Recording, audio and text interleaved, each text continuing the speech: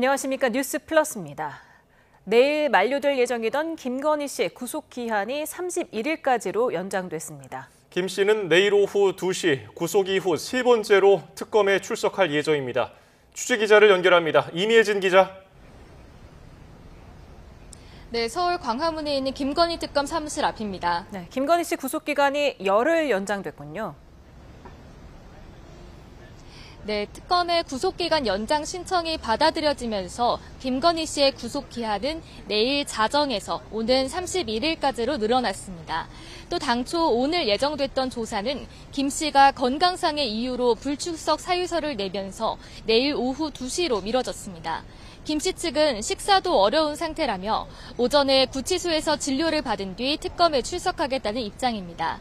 내일 조사에선 건진법사와 통일교 관련 청탁 의혹을 주로 다룰 것으로 파악됐는데요. 앞선 조사에서 대부분 진술을 거부한 김 씨가 이번엔 입을 열지 주목됩니다. 이런 가운데 내일은 김건희 씨 측근으로 알려진 이종호 전 블랙펄 인베스트먼트 대표도 특검에 출석합니다. 다만 특검은 현재로서는 대질신문은 고려하고 있지 않다고 일축했습니다. 예, 특검이 집사 게이트 중요 인물도 소환했지요? 네, 먼저 집사 게이트 관련 김혜성 씨 동업자 IMS 모빌리티 조모 대표가 오전 10시부터 특검 조사를 받고 있습니다. 지난 2일에 이어 18일 만에 두 번째 조사인데요. 특검은 IMS 모빌리티가 대기업으로부터 청탁성 투자를 받은 것으로 의심하고 있습니다. 조 대표는 오늘 출석에 앞서 취재진을 만나 IMS 모빌리티에 대한 기업 투자에 김건희 씨나 외부 개입은 없었다는 취지로 의혹을 부인했습니다. 특검은 오늘 조 대표를 상대로 대기업의 투자 경위와 김혜성 씨에게 흘러갔다는 33억 8천만 원의 행방을 물을 것으로 보입니다. 네, 통일교와 건진법사 청탁 의혹 수사 상황도 전해주실까요? 네, 내일 오전 10시 반 서울중앙지방법원에서 건진법사 전성배 씨의 구속 전 피의자 신문이 열립니다. 특검은 어제 전 씨에 대한 구속영장을 청구하면서 특정범죄 가중처벌법상 알선 수재와 정치자금법 위반 혐의를 적용했습니다. 통일교 측 현안 청탁과 함께 고가의 선물을 김건희 씨에게 전달했다고 의심하고 있는 건데요. 특검은 수사 과정에서 전 씨가 김 씨와의 친분을 이용해 금품을 수수한 혐의도 추가로 특정한 것으로 파악됐습니다. 이런 가운데 오늘 오전 한학자 총재의 비서실장이자 통일교 최상위 행정조직의 부원장을 지낸 정모 씨가 특검에 재출석했습니다. 그제 구속 기소된 윤영호 전 세계본부장은 앞서 청탁이 교단 차원에서 이루어졌다고 주장했는데 특검은 정 씨를 상대로 통일교 윗선의 개입 여부를 집중 추궁할 것으로 보입니다. 예, 국민의힘 당사 압수수색 영장 기한은 오늘까지인데 집행이 쉽지 않은 상황이죠? 네, 그렇습니다. 특검은 이번 압수수색이 자료협조 차원이라며 강제력을 쓰지 않고 진행하겠다고 강조해 왔습니다. 급습해 강행할 사항은 아닌 만큼 협의를 위해 노력하겠다는 입장을 거듭 밝혀왔는데요. 특검은 오늘 오후 정례 브리핑에서 입장 변화는 없다면서도 국민의힘 반발이 여전히 거세 협의가 잘 안 되는 상황이라고 난색을 보였습니다. 그런 만큼 오늘 압수수색 영장이 만료되더라도 당장 강제 집행에 나서기보다는 최대한 협의를 진행하면서 조만간 영장을 재청구할 것으로 보입니다. 지금까지 김건희 특검 사무실 앞에서 YTN 임혜진입니다. 내란 특검은 모레 윤석열 정부 2인자인 한덕수 전 국무총리를 다시 불러 조사하기로 했습니다. 한 전 총리에 대한 구속영장 청구도 검토하고 있는데 한 전 총리가 구속되면 계엄 선포 당시 윤석열 정부 국무위원 가운데 세 번째가 됩니다. 조성호 기자입니다. 특검에 두 번째 불려 나온 한덕수 전 국무총리는 16시간 넘는 고강도 조사를 받았습니다. 오늘 장시간 조사 받으셨는데 어떤 점 위주로 소명하셨나요? 여전히 내란에 가담하거나 동조하지 않았다는 입장이십니까? 특검은 모레 한 전 총리를 다시 한번 불러 조사하기로 했습니다. 앞서 특검은 한 전 총리에게 계엄 선포에 앞서 윤석열 전 대통령에게 국무회의 소집을 건의한 배경, 사후 계엄 선포문에 서명한 이유 등을 물었습니다. 특검팀은 한 전 총리가 대통령의 제1보좌기관이자 국무회의 부의장으로서 불법 계엄 선포 과정에서 제 역할을 하지 못했다고 의심하고 있습니다. 한 전 총리는 특검팀 조사에 진술 거부 없이 적극적으로 응한 걸로 전해졌습니다. 특검팀 관계자는 조사를 통해 일부 사실관계를 확정했고 일부 증거에 대한 판단도 강해졌다고 밝혔습니다. 그러면서 전체 분량의 60에서 70% 정도 진행된 걸로 안다며 추가 조사 필요성을 강조했습니다. 특검팀은 조사를 마치는 대로 구속영장을 청구하는 방안도 검토하고 있습니다. 다만 한 전 총리의 조사 협조 태도에 따라 달라질 수 있다는 여진 남겨뒀습니다. 한 전 총리가 구속되면 계엄 선포 당시 윤석열 정부 국무위원들 가운데 세 번째입니다. 특검은 민주당 김성회 의원을 참고인으로 조사하는 등 국민의힘의 계엄 해제 표결 방해 의혹을 확인하는 데도 수사력을 집중하고 있습니다. YTN 조성호입니다. 윤석열 전 대통령 변호인단은 특검의 공소장에 대해 장문의 정치 소설에 불과하다고 강하게 비판했습니다. 윤 전 대통령 변호인단은 특수공무집행 방해 등 혐의 재판 공판 준비 기일에서 재판부가 공소장 변경을 요구했다며 이같이 밝혔습니다. 변호인단은 공소장이 법정에서조차 지적받는 현실은 검찰과 특검의 권위가 무너지고 있다는 걸 상징한다고 강조했습니다. 검찰개혁 입법 시점을 놓고 당정 온도차에 이어 더불어민주당 내부에서도 이견이 표출되고 있습니다. 국민의힘은 검찰 개혁인지 개악인지 짚어봐야 한다며 속도에 치중하면 안 된다고 비판했습니다. 국회 취재기자를 연결합니다. 박희재 기자. 네, 국회입니다. 네, 여야 주요 소식 살펴보죠. 먼저 정부와 여당, 또 여당 내부에서도 검찰개혁 시점을 놓고 엇박자를 내는 분위기라고요. 네, 그렇습니다. 검찰개혁을 추석 전까지 완수하겠다는 민주당 정청래 대표의 입장, 대통령실과 김민석 국무총리의 꼼꼼히 가야 한다는 입장, 이 두 입장이 미묘하게 온도차를 보여왔는데요. 오늘은 또 민주당 내부에서 정청래 대표의 발언과 관련한 엇갈린 입장이 나왔습니다. 민주당 문진석 원내수석 부대표는 한 라디오 방송에서 정청래 대표의 발언은 정치적 메시지였다. 연말까지인 정기국회 안에 검찰개혁 입법이 완료될 거로 보인다고 말했는데요. 하지만 이후 정 대표와 경조를 찾은 문대림 대변인은 문 원내수석의 발언과 관련해 정 대표가 추석 전 약속을 지키기 위해서 거침없이 나아갈 것이라는 의지를 갖고 있다고 강조했습니다. 민주당 검찰개혁특별위원회 위원장인 민영배 의원도 정부와의 검찰개혁 입법 비공개 회의 도중 기자들과 만나 추석 전까지 수사와 기소 분리를 위한 구조개혁을 하겠다는 것이 정청래 대표의 뜻이라며 그대로 가겠다는 취지로 말했습니다. 이런 가운데 정청래 대표는 오늘 검찰개혁에 이어 검찰 해체까지 언급했습니다. 최근 검찰이 김건희 여사 의혹 당사자인 건진법사 전성배 씨 자택에서 돈다발 관봉권의 띠지를 분실한 것을 두고 나온 발언인데요. 검찰이 스스로 개혁의 당위성을 입증하는 사건이라며 이런 의혹도 제기했습니다. 검찰이 스스로 증거를 인멸하고 무마하려 했다는 국민적 의혹에 해당 당시 검사들은 무엇라 말하는지 앞으로 지켜보겠습니다. 예, 이 같은 검찰 개혁 추진에 국민의힘은 어떤 입장입니까? 네, 국민의힘은 검찰 개혁인지 개악인지는 되짚어봐야 한다고 지적하고 있습니다. 송원석 비상대책위원장 겸 원내대표는 오늘 라디오 방송에서 검찰개혁 입법에 거듭 신중해야 한다고 지적했는데요. 이 내용도 들어보겠습니다. 지금 사실상 대한민국 어디에서도 제대로 수사를 하고 있는 데가 없단 말이에요. 수사권을 완전히 흐트러 놓으면 실질적으로 그 피해는 전부 우리 국민들한테 간단 말입니다. 이어서 특검에 대한 규탄 입장도 거듭 밝혔는데 당사 압수수색 영장 시한이 만료되는 오늘 당사 침탈이 다시 예상된다며 특검의 이와 같은 행위를 위법, 위헌 행위로 규정했습니다. 또 특검이 당원 명부 제출을 요구한 것에 대해서는 개인정보 강탈 시도를 절대 용납할 수 없다고 강조했습니다. 한편 국민의힘은 오늘 아침부터 전당대회 당대표 등 투표를 진행하고 있는데 잠시 뒤면 첫날 일정이 종료됩니다. 내일까지 이어지는 이번 투표에서 과반 득표자가 나오지 않으면 1, 2위 후보가 결선을 거쳐서 26일에 최종 선출됩니다. 지금까지 국회에서 YTN 박희재입니다. 더불어민주당이 대통령과 공공기관장 임기를 일치시키는 공공기관 알박기 금지법을 신속 지정 안건 패스트트랙으로 올려 처리하겠다는 방침을 세웠습니다. 민주당 문진석 원내수석 부대표는 한 라디오에서 공공기관의 운영에 관한 법률 개정안을 오는 27일 본회의에 패스트트랙에 태워 처리하려 한다며 이같이 말했습니다. 그러면서 기재위 위원장이 국민의힘이라 상임위 통과가 어렵다면서 여야 합의로 처리하면 이상적이지만 야당 입장에서는 이 법을 통과시켜줄 이유가 없다고 패스트트랙 선택 배경을 설명했습니다. 예, 국민의힘 이미자 의원은 더불어민주당을 향해 국회 기재위는 여당의 들러리가 아니라고 비판했습니다. 국회 기재위원장인 임 의원은 SNS에 숫자만 믿고 입법 독주에 취해 있는 민주당에 경고한다며 이같이 적었습니다.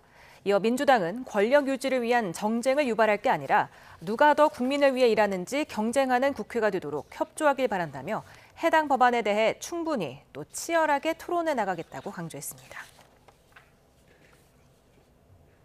조국 전 대표는 특별 사면이 대통령 지지율 하락에 미친 영향이 n분의 1이라고 발언했다가 비판이 일자 조국 혁신당은 중요한 것은 미래라는 취지에서 나온 것이라고 해명했습니다. 윤재관 수석 대변인은 조 전 대표의 발언 진위는 그동안 있었던 과거의 일보다 앞으로 정치인으로서 어떤 행동과 모습을 보이느냐에 따라 달라질 것이라는 취지가 담겼다면서 이 점을 고려해달라고 말했습니다. 북한 김여정 노동당 부부장이 이재명 대통령의 실명을 거론하며 남북관계 개선을 위한 발언을 망상이라고 비난했습니다. 새 정부의 유화적 손짓이 계속되고 있지만 거듭 철벽을 치는 모습인데 남측과는 외교적으로도 상대할 일이 없다고 선을 그었습니다. 이종원 기자입니다. 북한 매체들은 김여정 노동당 부부장이 외무성 국장들과의 협의회를 열고 김정은 국무위원장의 대외정책 구상을 지도했다고 보도했습니다. 이 자리에서 김 부부장은 새 정부의 남북관계 개선 조치를 기만이자 생색내기로 규정하고 악취 풍기는 대결 본심은 꽃보자기로 감싸도 자루 속의 송곳을 감출 수 없다며 불신을 드러냈습니다. 그러면서 이재명 대통령의 실명을 거론했는데 작은 실천들이 조약돌처럼 쌓이면 상호 간의 신뢰가 회복될 것이고 또 평화의 길도 넓어져서 남북이 함께 성장할 수 있는 그런 토대도 마련될 것입니다. 이 발언 등을 가리켜 망상이고 개꿈이라고 쏘아붙였습니다. 수십 년간 한국을 지켜본 결과 보수의 간판을 달든 민주의 감투를 쓰든 자신들과의 대결 야망은 추호도 변함이 없었다며 이 대통령은 이러한 역사의 흐름을 바꿀 위인이 아니라고도 주장했습니다. 광복절 전후로 이어진 이 대통령의 대북 화해 메시지에 대해 직접적인 답을 내놓은 셈으로 남측의 대화 손짓을 거부하며 적대 정책 고착화를 거듭 선언한 것으로 해석됩니다. 특히 김 부부장은 한국은 우리 국가의 외교 상대가 될 수 없다고 했는데 통일을 지향하는 동족 관계뿐 아니라 서로 다른 국가로서도 상대할 일이 없다고 선을 그은 겁니다. 그러면서 하루 전 김정은 위원장에 이어 거듭 한미연합훈련 중단도 압박했습니다. 국가의 관계로 다루겠다는 걸 명확히 한 거다. 그리고 한미의 대북 적대시 정책이 계속된다면 이 외교관계도 어렵다라고 말한 거라고 볼 수 있죠. 남북관계 개선을 위한 이재명 정부의 유화적 손짓이 한동안은 일방통행이 될 가능성이 커지면서 북한의 셈법을 바꾸기 위한 대전략 마련이 필요하다는 목소리도 커질 것으로 보입니다. YTN 이종원입니다. 대통령실은 김여정 발언에 북한 당국자가 우리의 진정성 있는 노력을 왜곡해 표현하는 건 유감이라고 밝혔습니다. 대통령실 관계자는 이재명 정부의 한반도 평화를 위한 선제적 조치들은 일방의 이익이나 누구를 의식한 행보가 아니라며 이같이 지적했습니다. 이어 정부는 적대와 대결의 시대를 뒤로하고 한반도 평화 공존과 공동 성장의 새 시대를 반드시 열어나갈 거라고 강조했습니다. 사상자 7명이 발생한 경북 청도 열차 사고와 관련해 경찰이 합동 감식을 벌이고 본격 수사에 들어갔습니다. 작업자들의 이동 경로, 또 코레일과 업체의 안전 대책이 적절하게 마련됐는지 등을 집중적으로 살필 예정입니다. 이윤재 기자입니다. 경북 청도군을 관통하는 경부선 철로입니다. 안전관리 작업자 7명이 하행선 철로에서 줄지어 걸어갑니다. 무궁화호 열차 사고가 발생하기 전 점검 대상인 비탈면을 향해 이동하는 모습입니다. 작업자들은 선로 밖에서 이동하고 작업하는 상례 작업으로 인가받고 투입됐지만 현장은 달랐던 겁니다. 점검 용역은 위험 지역 2m 바깥에서 이루어지는 상례 작업으로 인해서 열차 운행 선상에서 작업을 시행하는 작업이었습니다. 전담 수사팀을 꾸린 경찰은 합동 감식으로 사실 확인에 들어갔습니다. 열차 운행을 1시간 동안 멈추고 이뤄진 감식에선 정확한 사고 위치와 이동 경로, 경보장치 작동 여부 등을 집중적으로 점검했습니다. 코레일이 협력업체에 안전점검을 맡기고 작업에 투입하는 과정에 업무 세부 규칙을 지켰는지도 수사 대상입니다. 경찰은 또 건강을 회복한 작업자 진술 조사를 시작했고 기관사 조사도 준비하는 등 사실 규명에 속도를 내고 있습니다. 사고 위치, 또 그 상황, 형상, 또 사고자들이 어떻게 어떤 쪽으로 이렇게 피해가 있었는지 등등 그 사안을 명백하게 하기 위해서 오늘 관계기관하고 합동 감식을 했습니다. 숨진 협력업체 직원의 빈소는 침통한 분위기 속에 조문객 발길이 이어졌습니다. 정부와 정치권 인사의 잇따르는 조문 속에 유가족은 울분을 터뜨리며 수사를 촉구했습니다. 선로나 어디 작업을 하면 다 알지 않습니까? 그 관계 기관에서는 그죠? 몇 시 어디 작업한다는 그러면은 그렇잖아요. 그런 거 기본적으로 다 알잖아요, 그죠? 경찰에 이어 검찰도 전담팀을 꾸렸고 정치권도 눈여겨보는 가운데 사고 원인을 밝힐 수사에 관심이 쏠리고 있습니다. YTN 이윤재입니다. 국회 환경노동위원회 회의에서는 경북 청도 열차 사고와 관련해 책임 소재를 둘러싼 공방이 벌어졌습니다. 김영훈 고용노동부 장관은 국토교통부 장관을 경영 책임자로 보기는 어렵다고 밝혔고 엄정한 수사 의지를 내보였습니다. 김주영 기자입니다. 경북 청도 열차 사고가 난 지 하루 만에 열린 국회 환경노동위원회 회의에서는 관련 질의가 쏟아졌습니다. 야당인 국민의힘 의원들은 사고에 책임을 두고 정부를 향해 날카로운 공격을 퍼부었습니다. 사고가 난 코레일 지분을 정부가 가지고 있는 만큼 국토교통부 장관, 더 나아가 이재명 대통령에게도 책임을 물을 수 있는 것 아니냐고 주장했습니다. 김영훈 고용노동부 장관은 국토부 장관의 경우 경영 책임자가 아닌 것으로 본다고 선을 그었습니다. 선거기간에 국토부에 책임을 물어야 되는 거 아닙니까? 이 잣대로 하면 말이에요. 중대재해처벌법에 의하면 경영 책임자에 대한 책임을 묻게 되어 있습니다. 국토부 장관이 경영 책임자가 아닌 것으로 사례됩니다. 감독기관입니다. 민주당에서는 과거에도 코레일에 비슷한 사고가 이어졌던 부분을 지적했습니다. 현 사장이 과거 작업자들에게 책임을 돌리는 듯한 발언까지 했다면서 책임을 물어야 한다고 목소리를 높였습니다.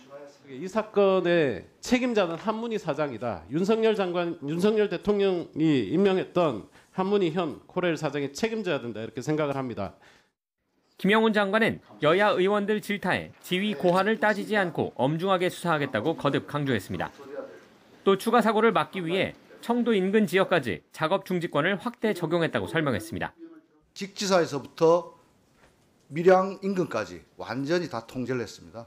현재까지 제가 알기로는 이렇게 작업 중지권 확대해서 시행한 적은 처음입니다. 대통령과 정부의 고강도 대응에도 산재 사망 사고가 이어지는 가운데 김 장관은 다음 달 안으로 고강도 범정부 대책을 발표하겠다고 밝혔습니다. YTN 김주영입니다. 경북 청도에서 근로자 7명이 열차에 치이는 사고가 발생한 가운데 올해에만 철도 현장에서 산업재해 138건이 일어난 것으로 나타났습니다. 근로복지공단이 국민의힘 김의상 의원실에 낸 자료를 보면 지난달까지 철도 운영사 산재로 승인된 사고는 이번 무궁화호 사건을 제외하고 138건이었습니다. 철도 현장 산재는 2020년 179건에서 지난해 255건으로 해마다 증가하고 있습니다.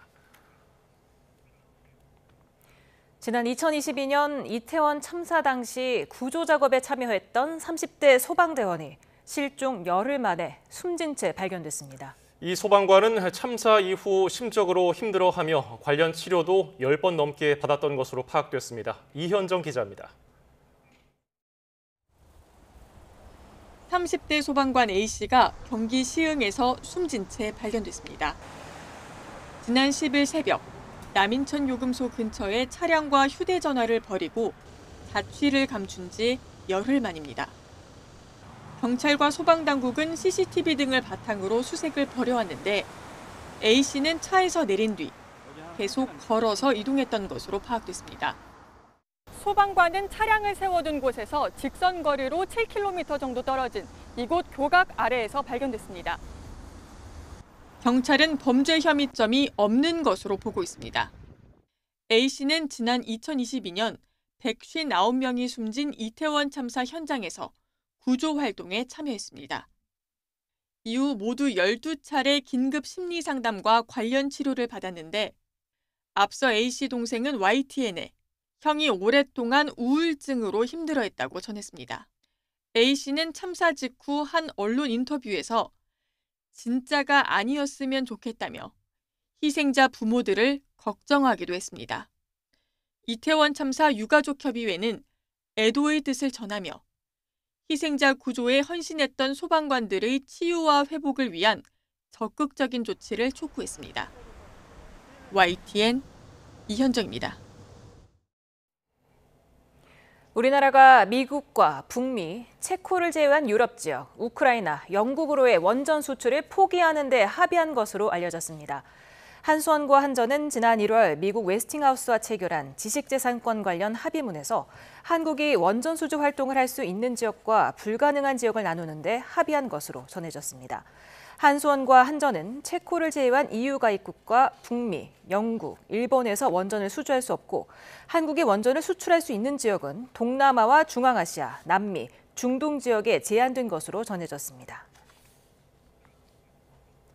더불어민주당은 한수원과 한전이 올해 초 미국 웨스팅하우스와 맺은 합의로 신규 원전 수주 활동이 제한됐다는 소식이 알려진 데 대해 매국적 합의라고 강하게 규탄했습니다. 황명선 최고위원은 이 협정은 반드시 파기, 재협상돼야 하고 책임자에 대한 철저한 조사와 문책이 필요하다고 말했습니다. 문진석 원내 수석 부대표도 한 라디오에서 반드시 국회 차원의 진상조사, 국정조사가 필요하다고 강조했습니다. 25일 열릴 한미 정상회담에서 한수원과 미국 웨스팅하우스의 합작 투자 설립을 포함해 한국 원자력 산업의 미국 시장 진출 방안이 논의될 것으로 알려졌습니다. 국민의힘 소속 국회 산업통상자원 중소벤처기업이 관계자는 어제 국회에서 한수원 사장과 산업부 장관, 이철규 위원장, 여야 간사 등이 모인 자리에서 이런 언급이 있었다고 밝혔습니다. 이어 이는 현 정부만의 성과가 아니라 앞선 정권 때부터 해오던 노력의 결과물이라고 강조했습니다. DL건설이 시공을 맡은 공사 현장에서 작업자가 추락해 숨진 사고와 관련해 경찰과 고용노동부가 강제 수사에 나섰습니다. 최근 노동 현장 사망 사고가 잇따르는 가운데 당국은 압수물을 분석해서 수사에 속도를 낼 방침입니다. 윤태인 기자입니다. 지난 8일 경기 의정부시 신곡동 아파트 신축공사 현장에서 작업자 한 명이 추락해 숨진 사고와 관련해 경찰과 고용노동부가 압수수색에 나섰습니다. 시공을 맡았던 DL건설과 사고가 난 현장사무소 등 모두 4곳에 경찰과 근로감독관 30여 명이 투입됐습니다. 사고 당시 작업이 어떻게 이뤄졌는지 알 수 있는 문서 등을 확인하기 위해 사고를 목격한 작업자의 집에 대해서도 압수수색이 진행됐습니다. 숨진 노동자는 아파트 외부 6층에서 그물망을 제거하다가 지지대가 무너지며 추락한 것으로 파악됐는데 당시 안전고리를 외부에 고정하지 않은 채 작업했던 것으로 조사됐습니다. 경찰 등은 압수한 자료를 바탕으로 안전조치가 제대로 이뤄졌는지 등을 확인할 예정이라며 안전관리 체계 전반을 살펴 사망사고가 나게 된 구조적, 근본적 원인을 확인할 방침이라고 설명했습니다. 경찰은 업무상 과실치사 등의 혐의로 DL건설 등 공사 관계자들을 입건해 수사하고 있습니다. 고용노동부도 산업안전보건법과 중대재해처벌법 위반 여부를 들여다보고 있습니다. 당국은 조사 결과에 따라 관계자 추가 입건 여부를 결정할 계획입니다. YTN 윤태인입니다. 이재명 대통령이 최근 세계적인 인기를 끈 애니메이션 K-팝 데몬 헌터스의 감독과 만났습니다. 네, 아이돌 그룹 트와이스 등과 함께 K-팝, K-컬처의 발전 방향에 대해서 논의를 했는데요. 관련 영상 함께 보시겠습니다. 네, 오늘 오후 5시 아리랑 국제방송에서 K-팝 더 넥스트 챕터라는 녹화 방송이 방영이 됐습니다. 이재명 대통령은 이 TV 프로그램에 출연을 해서 넷플릭스 애니메이션 영화 K-팝 데몬 헌터스 감독 그리고 그 해당 영화의 OST를 부른 걸그룹 트와이스 멤버들과 K-팝 산업의 미래를 논의했습니다. 예, 음악 프로듀서 겸 DJ, RT 그리고 김영대 평론가도 출연을 했고 진행은 장성규 씨가 맡았습니다. 주제는 K-팝의 현재와 앞으로의 비전이었습니다. 관련된 발언을 함께 들어볼까요? 박수 부탁드립니다. K-팝 데몬 헌터스를 연출한 매기강 감독님, 어서 오세요. 안녕하세요, 매기강입니다. K-팝 산업 그 현장의 목소리를 직접 듣기 위해서 이재명 대통령께서 자리해 주셨습니다. 어서 오십시오. 네, 반갑습니다. 그걸 모르면 되겠습니까? 오, 뭘까요? 캐데몬이라고. 네. 캐데몬이요?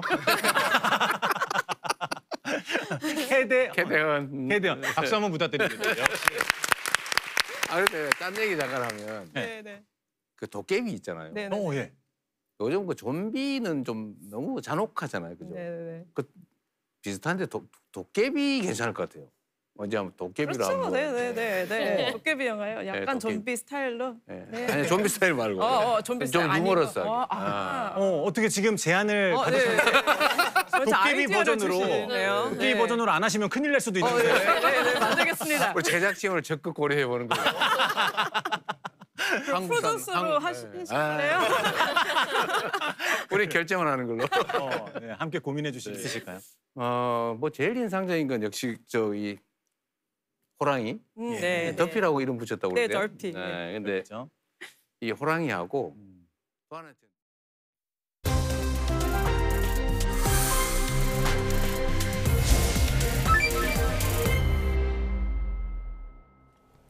이슈 플러스 오늘의 전국 상황 박원석 전 국회의원, 정호김 전 새누리당 국회의원과 살펴보겠습니다. 어서 오세요. 안녕하세요. 네, 김건희 씨가 오늘 건강 문제로 특검 조사에 불응을 했는데요. 지금 윤 전 대통령의 멘토로 알려진 심평 변호사가 김건희 여사를 만났는데 김건희 여사에 대해서 너무나 수척해서 앙상한 뼈대밖에 남지 않은 김 여사 이렇게 지칭을 하면서 김 여사가 접견실에 앉자마자 선생님, 제가 죽어버려야 남편에게 살 길이 열리지 않을까요? 이렇게 호소를 했다고 합니다. 어떻게 들으셨어요? 글쎄요, 그 말의 의미에 대해서 이제 이런저런 그 추측들을 하는데 저는 그냥 신세한탄이었을 거라고 봅니다. 어쨌든 심평 변호사는 대통령 부부의 전직 대통령 부부에게 좀 우호적인 분이고 일종의 이제 메신저 역할을 지금 뭐 의도했는지는 모르겠지만 하고 있는 그런 상황이잖아요. 그렇다 보니까 한편으로는 반갑기도 할 거고 또 한편으로는 지금 답답한 상황에 대해서 좀 토로하는 그런 차원의 얘기가 아닌가 싶습니다. 물론 이제 심평 변호사 그동안에 그 일종의 이제 메신저 역할을 하면서 조금 과장된 듯한 이제 그런 얘기들도 있었어요. 특히 이제 윤 전 대통령 지난번에 만나고 와서 윤 전 대통령이 무슨 박스 같은 데다가 올려놓고 밥도 먹고 책을 읽을 때 책을 읽을 수도 없고 근데 이제 사실 구치소 수감 현실하고 조금 많이 다른 얘기를 했었거든요. 이번에도 약간 이제 그런 점을 감안해서 들어야 될 것 같고요. 근데 건강이 뭐 많이 안 좋다고 알려져 있습니다. 오늘 이제 그런 이유로 출석도 하지 않았고 내일 출석을 할 것으로 보이긴 하지만 이제 건강 상태 때문에 장시간 조사를 받지 못하는 상황도 있다고 특검 측에서 설명을 하기 때문에 그런 점은 뭐 본인도 주의를 기울이겠지만 교정당국에서도 상당히 주의 깊게 살피고 있지 않을까 싶습니다. 예. 심평 변호사 얘기를 보면은 김건희 씨가 한동훈 전 대표에 대해서 배신했다는 뉘앙스로 또 얘기를 했다는 거예요. 이게 지금 뭐 전당대회라든지 당내에 어떤 영향을 미칠까요? 그래서 이제 아마 한동훈 대표가 탄핵에 찬성을 하고 또 소위 친한계라고 하는 의원들이 탄핵에 동조해서 이런 상황이 벌어졌다라는 김건희 씨 개인의 어떤 그 인식을 그대로 아마 심평 변호사에게 전한 것 같은데요. 그만큼 그 본인이 정치인이 아니고 본인이 국민으로부터 선택받은 사람이 아니기 때문에 애초에 정말 내조만 했으면 어땠을까라는 안타까움에 더해서 한 가지를 모르고 있는 것 같습니다. 그러니까는 실제로 우리가 과거 역사를 볼 때 12.26 때도 그랬고요. 6.29 때도 그랬고 또 2017년에 그 탄핵 과정에서도 그렇고요. 의석수의 문제 이전에 국민 여론과 국민의 생각이 굉장히 중요하게 작동을 하는 거예요. 그렇기 때문에 국민을 대표하는 국회의원들로서는 그것을 외면할 수가 없는 그런 상황이었거든요.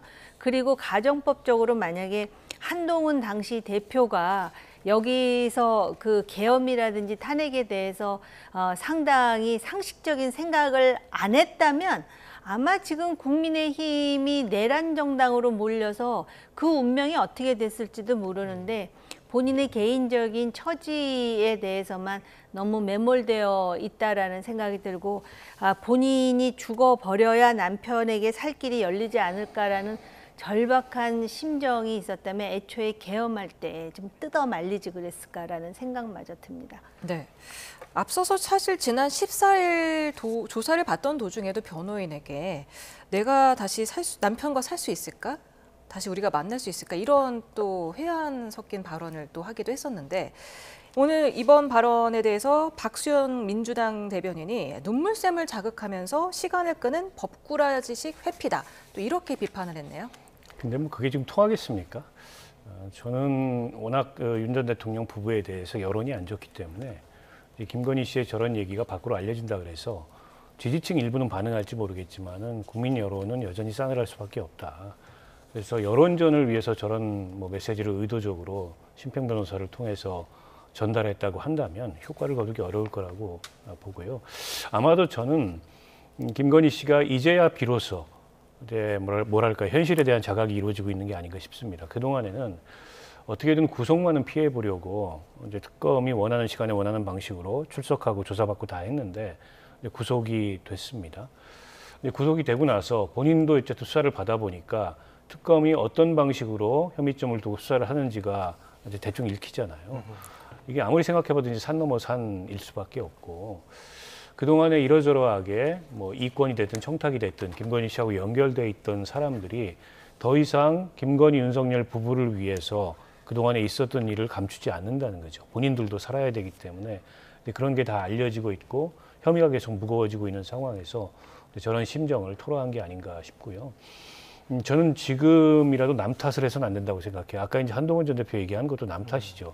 뭐 계엄을 한동훈 전 대표가 시킨 것도 아니고 지금 이제 매관매직이나 그로 인한 뭐 청탁이나 국정 개입이나 이런 것도 드러나고 있는데 당시 소문이 무성했습니다. 근데 당의 비대위원장이 총선 앞두고 그런 소문이 들리는데 그걸 모른 척할 수도 없어요. 그래서 국민 눈높이에 맞게 상식적으로 이게 처리돼야 된다 얘기를 한 건데 그걸 두고서 무슨 배신이니 배신하지 않았으면 무슨 탄탄한 길이 열렸을 거니 여전히 저는 남 탓하는 심리가 굉장히 크다고 생각하고 그러면 그럴수록 윤 전 대통령도 김건희 씨도 본인들만 힘들 거다라고 생각합니다. 예, 또 윤 전 대통령의 또 다른 멘토로 알려져 있는 이종찬 광복회장.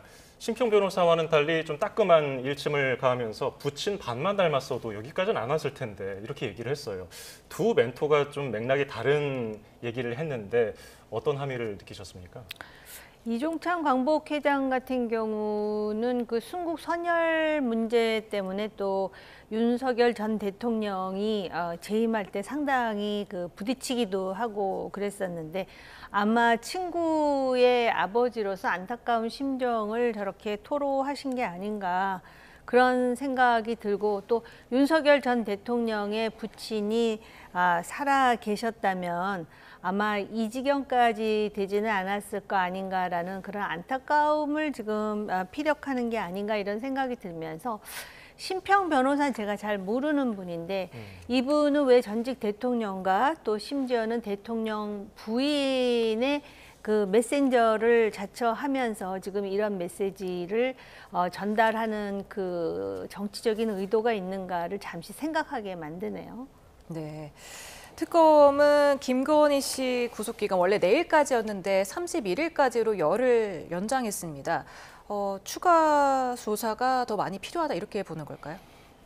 김건희 씨가 일단 진술 거부를 하고 있는 데다가 이게 장시간 조사를 또 못하는 것 같아요. 건강 상태도 있고. 그래서 정해진 구속기간 내에 지금 일단 구속된 혐의에 대한 조사조차도 불충분하기 때문에 구속기간 일단 연장을 해놓고 혐의들에 대해서 조사를 하겠다, 이런 판단을 내린 것 같고요. 김건희 씨가 처음에 특검에 출석할 때와는 다르게 구속된 이후로 진술 거부권을 행사하는 이유는 결국 이제 법정에 가서 그 혐의에 대해서 다투겠다. 특히 이제 뇌물죄 같은 경우에 김건희 씨가 공직자가 아니고 결국 윤석열 전 대통령의 공범으로 말하자면 이제 기소를 하고 혐의를 입증해야 되는데 김건희 씨 변호인 측에서는 그게 쉽지 않을 거다 이렇게 보는 것 같아요. 그래서 이제 특검의 의도에 굳이 수사 과정에서 말릴 필요 없이 법정에 가서 어쨌든 그런 혐의들 하나하나에 대해서 좀 정밀하게 다투겠다 이런 전략을 세운 것 같고, 그런 차원에서 대부분 그 질문에 대해서 아마 진술 거부를 하고 있는 게 아닌가 싶습니다. 예, 김건희 씨가 구속 뒤 두 번째 특검 조사에서 대부분 질문에는 묵비권을 행사하면서도 명태균 씨 그리고 김영선 전 의원 건에 대해서는 입을 열었다는 거예요. 이건 어떤 의도가 있다고 볼 수 있을까요? 그러니까 실제로 이제 공천과 관련해서는 본인이 공천권이 있는 입장이 아니기 때문에 자기는 힘이 없는 사람이고, 따라서 이 관련해가지고 자기가 깊숙이 개입했다라는 혐의로부터 자유로울 수 있다라는 기대감을 지금 답변으로서 지금 표출하는 게 아닌가 이런 생각이 들고요. 이거는 또 여담이지만 지금 특검의 조사, 질문, 답변 내용이 이렇게 지금 아주 자세하게 지금 방송을 통해서 나오는 거는 특검이 제가 알기로 특히 김건희 특검은 16가지의 혐의에 대해서 지금 명쾌한 답변과 그 사실 확인을 통해서 국민의 알 권리를 이제 만족시켜줘야 되는데, 실제로 특검도 상당히 지금 정치적인 복선이 있는 게 아닌가라는 생각이 듭니다. 그리고 사실 김건희 씨도 그렇고 윤석열 전 대통령도 그렇고, 윤석열 전 대통령은 전직 대통령이고 정치인이고 또 국민의힘과 일정 정도의 인과관계가 있다면은 이런 상황을 본인들이 신속하게 수습을 하고 잘못한 것에 대해서는 인정을 함으로써 이 시국이 빨리 정리되는 것이 옳은 게 아닌가. 왜냐하면 이게 길어지면 길어질수록 우리나라의 정당이 상당히 정파적 아닙니까? 이건 굉장히 민주당에게 유리한 정치적 분위기를 계속 만들어가는데 일조하고 있는 것이다, 이런 생각이 드네요. 네. 앞서서 말씀드렸지만 오늘 특검 조사는 김건희 씨 건강 문제로 불응을 했고, 이게 내일 오후 2시로 미뤄졌습니다. 김건희 씨 측은 내일 오전에 구치소에서 진료를 받고 특검에 출석하겠다 이런 입장인데 어떻게 보세요? 네, 뭐 내일 출석은 할 것 같고요. 어쨌든 김건희 씨가 지금 건강 이상을 호소하는데 이게 이제 구치소에 수감됐다 하더라도 구치소 내에서도 진료를 받을 수 있고, 구치소 내의 진료 시설에서 진료가 불가능한 그런 상태의 경우에는 지난번에 윤 전 대통령도 관내에 있는 대학병원에 가서 진료를 받았거든요. 그래서 이렇게 관내에 있는 병원에 가서 진료를 받을 수도 있기 때문에 건강 상태가 그냥 방치되는 건 아닙니다. 김건희 씨 같은 경우에 특히 지금 이 식사를 잘 못한다. 여러 가지 이제 심리적인 요인도 있을 거고, 또 본인이 이제 우울증을 앓고 있다고 하는데 그 영향도 있을 거고, 그래서 이제 식사를 못하기 때문에 이게 장시간 조사나 이런 것들이 좀 어렵다 이렇게 얘기를 하고 있는데, 그러면서 다른 한편으로 얘기하는 게 의도적으로 이게 식사를 거부하는 건 아니다, 단식을 하는 건 아니다, 또 이런 말을 덧붙였어요. 그래서 아마 어쨌든 피의자의 건강 상태는 굉장히 중요하기 때문에, 더군다나 탄핵은 되고 파면은 됐지만 전직 대통령 부인이고 국민적 관심이 집중되어 있는 사건이어서 구치소 측에서도 김건희 씨 건강 상태를 주의 깊게 살피고 있지 않을까 싶습니다. 예. 자, 그런가 하면은 검찰이 건진 법사의 관봉권 띠지를 분실한 상황을 두고서 정청래 민주당 대표는 검찰 개혁의 필요성을 강변하는데 또 얘기를 하고 있더라고요. 이런 상황 어떻게 보셨습니까?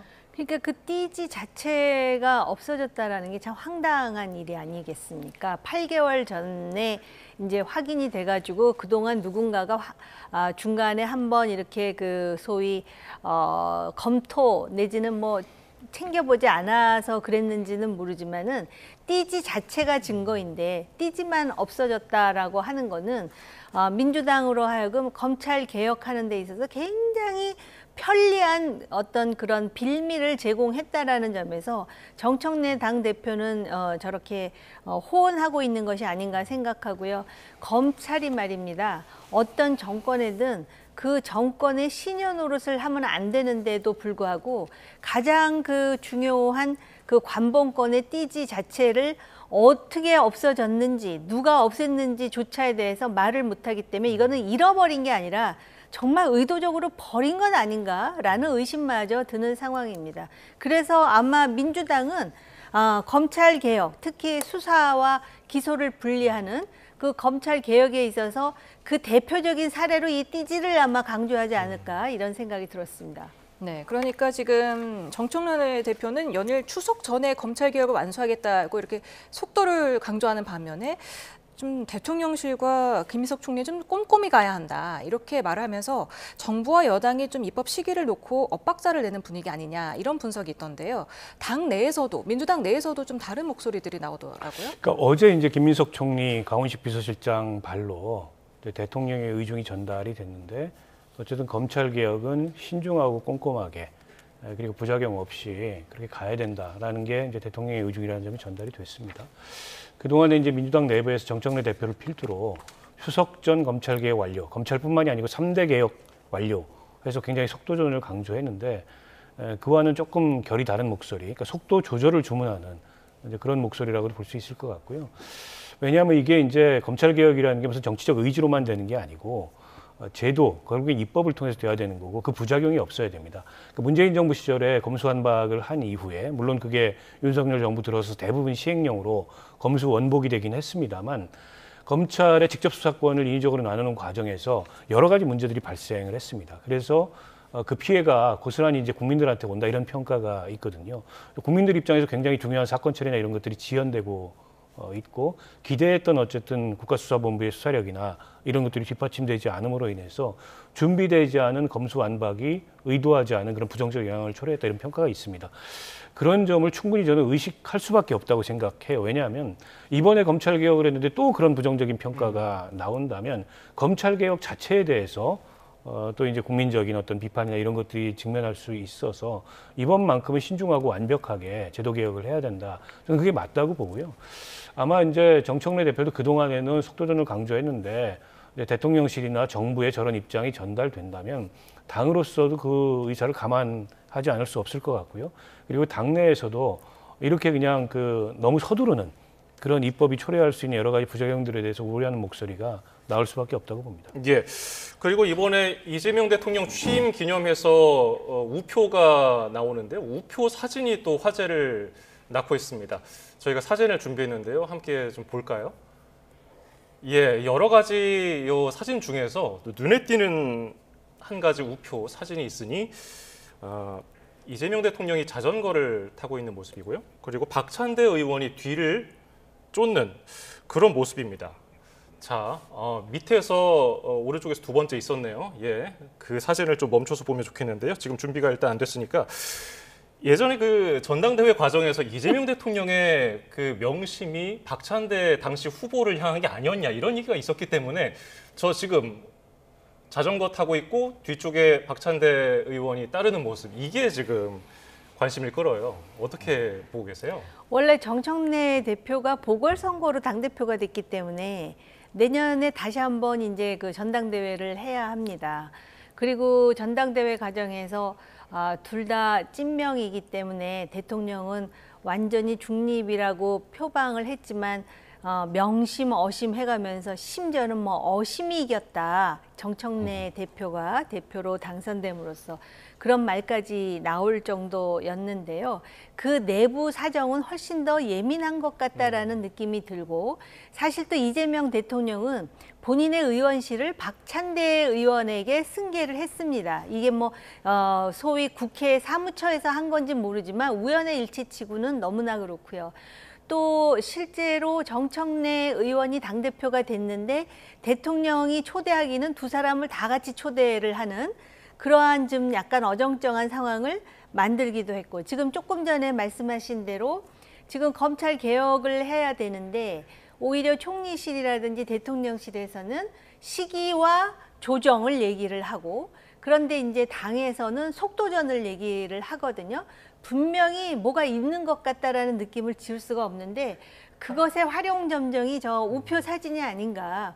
왜 그 수많은 의원들 중에 박찬대 의원이 그렇게 그 자전거를 탄 이재명 대통령의 뒤에서 저걸 보면은 저런 생각을 안 갖는 사람도 아, 명심은 확실하게 박찬대이구나라고 아주 그냥 도장을 찍듯이 그래서 좀 우스웠습니다. 네, 지금 취임 100일을 맞아서 발행되는 기념 우표첩이 2만 부가 사전 예약 판매분이 지금 반나절 만에 완판이 됐다고 합니다. 지금 조금 전에 보여드린 우표 15장 중에서 지금 김혜경 여사 외에 지금 같이 나온 게 지금 박찬대 의원, 그것도 의원 중에는 유일하게 포함이 됐는데 어떻게 보셨어요? 그러니까 이제 저 사진들이 이번에 우표 출시를 위해서 새로 촬영한 사진이 아니고 그동안에 이제 활동 과정에서 찍었던 사진들을 모아서 그중에 골라서 아마 이번에 기념 우표로 발매하는 것 같은데 당연히 이런 논란이 나올 걸 예상을 못했겠습니까? 나올 걸 예상을 했음에도 불구하고 냈다는 것은 의도가 있다고 봐야 되겠죠. 이런 해석이 따를 수밖에 없다고 보고요. 다만 이제 내년 상황은 지금 어떻게 예측을 하거나 예단할 수가 없습니다. 내년 전당대회에서 지난번 전당대회 같은 똑같은 매치업이 일어날지 그것도 지금으로서는 예상하기가 어렵고 결과는 물론 더더욱 예상하기가 어렵고 그래서 지금 이른바 이제 명심이 박찬대 의원을 향한다라는 해석이 따른다 하더라도 그게 내년에 이제 당권의 향배에 미치는 영향은 제가 보기엔 그렇게 크지 않을 거라고 보고요. 일단 정청래 대표로서는 당장 당대표로서의 성과가 중요하겠죠. 그게 이제 개혁 입법을 얼마나 원활하게 처리하는지도 하나의 지표일 거고 그리고 지금 이른바 내란 종식, 내란 척결 이걸 내세우고 있는데 당원이나 지지자들이 느끼기에 이제 만족한 내란 종식의 모습을 만들고 싶어 할 거고 무엇보다 내년 지방선거를 승리로 이끌므로써 다음 이제 정치적 행보의 발판을 쌓고 싶어 할 텐데 그 과정에서 당정 간에 약간은 좀 불협화음이나 엇박자가 날 수 있는 소지가 있는 게 최근에 지지율이 떨어지고 있잖아요.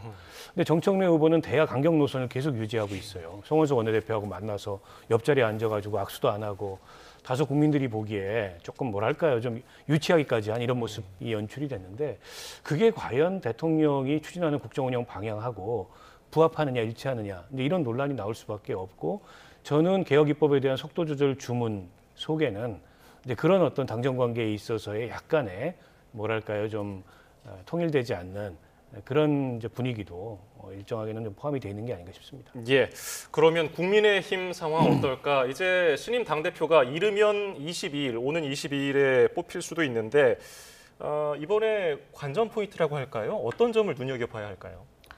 그러니까 한 번에 끝날지 결선으로 갈지 그거 외에는 뭐 너무 예상대로 지금 그 진행되고 있는 데다가 축제 분위기라기보다는 혹시나 했는데 역시나라는 실망감을 많이 주고 있기 때문에 그 부분을 봐야 될 것 같습니다. 그러니까 1등 후보가 50%를 넘는지 아니면은 결선으로 가는지. 왜냐하면은 사실은 개혁을 주장했던 소위 지금 뒤처지는 두 후보가 그래도 단일화도 하고 당을 위해서 이렇게 살신성이 나는 모습을 좀 보여주는 그림을 원했는데 그거는 이미 물 건너간 것 같습니다. 네, 어제 당대표 후보 4명의 마지막 TV 토론회가 있었습니다. 어떤 발언들이 오갔는지 주요 발언 들어보겠습니다.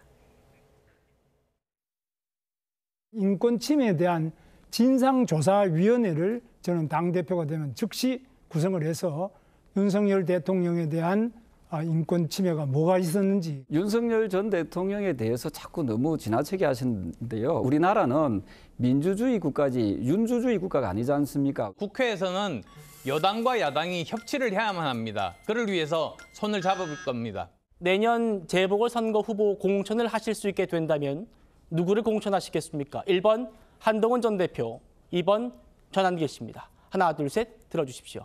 전한길 씨는 탄핵 때부터 우리 당을 위해서 우리 당과 함께 열심히 싸워온 분입니다. 네, 장동혁 후보가 사실은 친한계였지 않습니까? 근데 전한길 씨에게 공천을 주겠다 이렇게 얘기를 했네요. 그러니까 좀 정치가 흔히 비정하다 이런 얘기를 하는데 또 이제 상황에 유불리에 따라서 입장이 바뀌기도 합니다만 장동혁 후보의 저런 변신은 굉장히 놀랍죠. 물론 이제 지금 장동혁 후보가 전당대회에 출마해서 선명성 경쟁을 하고 있고 그런 차원에서 전한길 씨 손을 잡는 게 전당대회에 유리하다 이런 판단을 할 수 있어요.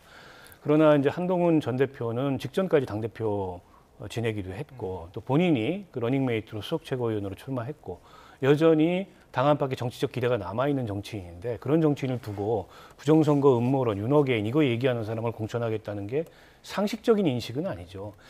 과유불급이라는 말이 있잖아요. 저는 최근에 저 장동혁 후보의 전한길 씨와의 관계를 보면 과유불급이라는 말이 떠오릅니다. 오히려 김문수 후보는 조금 거리를 두고 물론 전한길 씨가 장동혁 후보를 공개 지지하는 것에 대한 불쾌한 반응이기도 했지만은 만약에 결선 간다고 특히나 이제 두 반탄 후보가 결선 간다고 생각했을 때 안철수 후보나 조경태 후보를 지지했던 표들 중에 상당수가 기권한다 치더라도 기권하지 않는 표심이 그럼 어디로 가겠습니까? 전략적으로 봤을 때도 그다지 그렇게 본인에게 좋을 것 없는 이제 그런 행보를 계속 하고 있어서 글쎄요, 뭔가 이게 좀 너무 치우쳐 보인다 이런 느낌을 계속 줍니다. 조경태 후보가 6선인가요? 지금 네. 현역 의원 중에 가장 높은 선인데 장동혁 후보에게 정치 잘못 배웠다면서 좀 쓴소리를 했어요. 어떻게 보셨습니까? 제가 생각할 때도 잘못 배운 것 같습니다. 그러니까 정확하게 지금부터 1년 전이라면 전한길, 한동훈 중에 누구 뽑을래 그러면은 상상할 수 없는 일이죠. 그때는 아마 막 전당대회를 끝내고 한동훈 대표 체제 하에서 수석 최고위원을 하지 않았습니까? 여자의 변신은 무죄라고 하지만 정치인의 변신에 대해서 과연 유권자들이 무죄라고 관용을 해줄지에 대해서 그리고 한국 국민들의 정치에 대한 감각이라든지 인식이라는 거는 사실 전 세계적으로 보더라도 상당히 높은 수준에 있기 때문에 이 전당대회 끝나고 향후의 어떤 그 정치적 일정에 있어서 어떤 상황이 도래할지에 대해서 쉽게 예단하는 거는 금물이다 이렇게 생각이 들고요. 아무튼 이번 전당대회의 결과는 좀 표현은 뭐하지만 보나마나한 것이고 제가 볼 때 이러한 분위기가 내년 지방선거까지 가는데 흥미로운 건 말입니다. 이렇게 사람들은 이런 걸 갖다가 이제 죽을 쓴다라는 표현도 쓰는데요. 그럼에도 불구하고 대통령 취임한 지 몇 달 되지도 않았는데 지난 여론조사를 보니까 국민의힘이 6% 올라간 거로 돼 있더라고요. 그게 또 무엇을 뜻하느냐? 결국은 정권을 잡은 책임 공당이 잘 못한다 그러면은 거기에 대해서도 심판할 준비가 되어 있을 뿐만 아니라 하시라도 심판하는 대한민국의 여론이다. 이런 부분을 좀 진지하게 받아들여야 될 것 같다라는 생각이 듭니다. 네. 지금 최근 정청래 민주당 대표는 계속해서 국민의힘 지도부를 패싱을 하고 있고 송원석 비대위원장도 자신도 사람과 악수하겠다면서 이제 정청래 대표와는 눈도 안 마주치는 상황인데 지금 안철수, 조경태 후보, 그러니까 찬탄파는 정청래 대표에게 손을 내밀 것이다라고 답을 했고 반탄파 김문수, 장동혁 후보는 X 팻말을 들었습니다. 이 부분은 어떻게 보셨어요? 그러니까 이제 그런 두 분 중에 한 분이 당대표가 되면 이제 여야 관계가 전혀 회복이 안 되고 이제 국회에서 정치가 공전하는 그런 상황이 되겠죠. 그러면 이제 힘으로 대결하는 밖에 남지 않고 여당은 일방 처리하고 야당은 뭐 효과도 없는 필리버스터하고 이게 이제 일상적인 장면이 될 텐데 근데 이재명 대통령이 그 점에 대해서 굉장히 조금 제가 보기에는 마뜩지 않을 겁니다. 왜냐하면 대통령이 되면 아무리 여당이 다수 의석을 갖고 있다 하더라도 야당을 포함해서 국정 운영에 성과를 냈을 때 그게 가장 모양이 좋거든요. 그런데다가 이재명 대통령은 뭐 협치, 포용, 통합 이런 이제 가치를 시사를 했어요. 그리고 적극적으로 야당 대표들과 만나고 소통할 의사도 표현을 했고 아마도 이번에 야당 전당대회가 끝나면 야당 대표를 이재명 대통령이 한번 불러서 만나지 않을까 저는 그렇게 예상을 하는데 결국 그러면 전 대통령께서 좀 풀어주셔야 된다라는 생각이 듭니다. 여야 대표를 한 자리에 모아서 협치도 당부하고 뭔가 서로 간에 좀 생산적인 그런 국회 운영을 당부하는 모습이 지금 이 경직되어 있는 여야 관계를 풀 수 있는 거의 유일한 길이 아닌가 싶고 정청래 대표 스타일로 봐서 본인이 꺼내는 얘기가 있는데 본인이 꺼내던 얘기를 접고 이게 대야 관계에 있어서 유화적인 모습으로 갑자기 돌아서기가 어려울 거예요. 그러니까 정청래 대표한테도 일정하게는 좀 명분을 줘야 되거든요. 그런 거를 대통령실에서 좀 적극적으로 고려를 해주셨으면 하는 생각입니다. 예. 또 종 의원께 좀 불편한 질문을 드려보면은 송원석 비대위원장이 지금 언론과 방송이 전환길 불씨를 키웠고 그로 인해서 여당 이슈가 죽었다고 얘기를 했어요.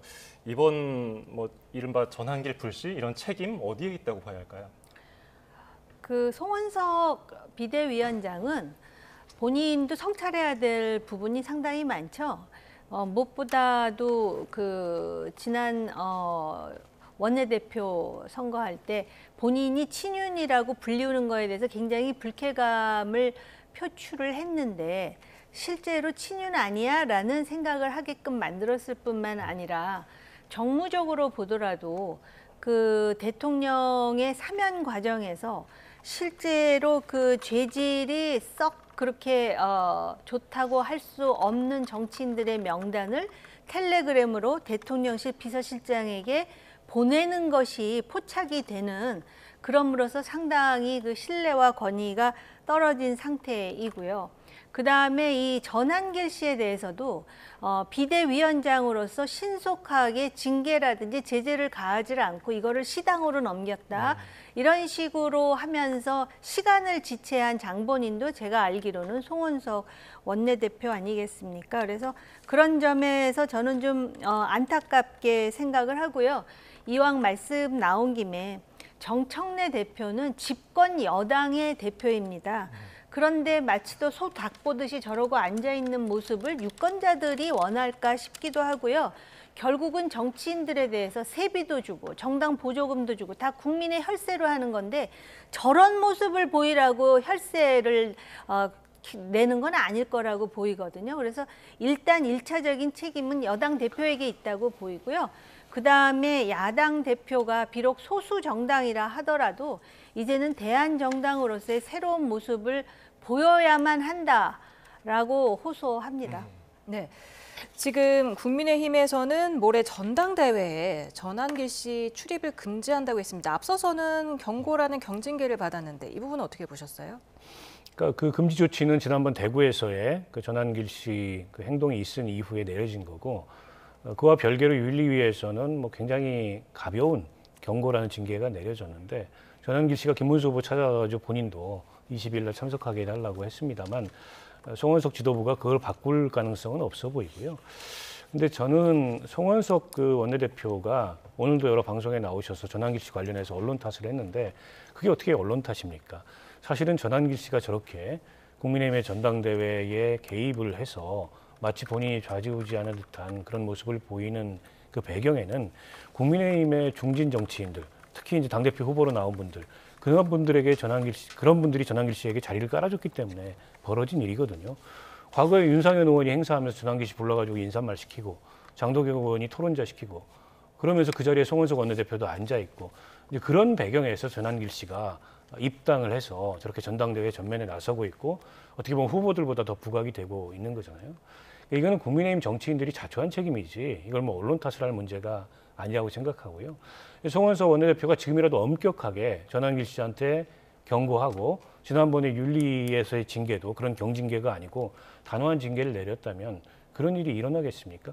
결국 이제 전한길 씨로 대표되는 그런 강성 지지층의 어쨌든 기반, 표심 이런 것들을 정치에 동원하려고 하는 이제 그런 후보들이나 혹은 당의 중진 정치인들의 생각 때문에 전한길 씨 같은 사람이 계속 저렇게 당에 개입하고 있는 게 아닌가 싶고요.